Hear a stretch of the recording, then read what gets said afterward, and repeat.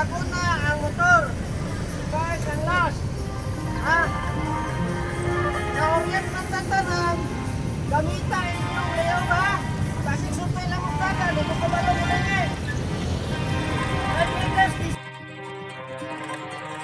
Ang bayan kong Pilipinas, lupain ng ginto't bulaklak, pag-ibig na sa kanyang palad, nag-alay ng ganda't dilag, at sa kanyang yumi at ganda, dayuhan ay naanina. Kaya namang may uban na bago, wala pa kaabot og rice. Walay namundang na. Wala na imong simpati unsa may atong gisudlan. Di ba? Gisulod ta aning nga unsa inyong gisudlan? Di ba matubag ta nga gisulod ta para ta makatabang sa karanso. Makaambag.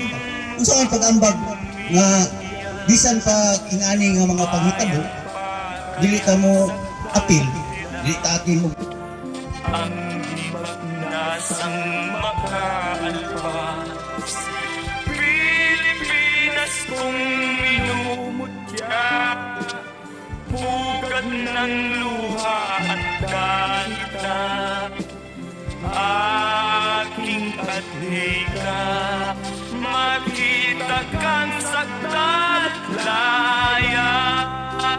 Ang 5 pillars karansa. Community. Unity. Camaraderie. Solidarity. Brotherhood. Okay? Respect to the world. Kaya ano nga, nagugan na lang respect to the world. Karanso.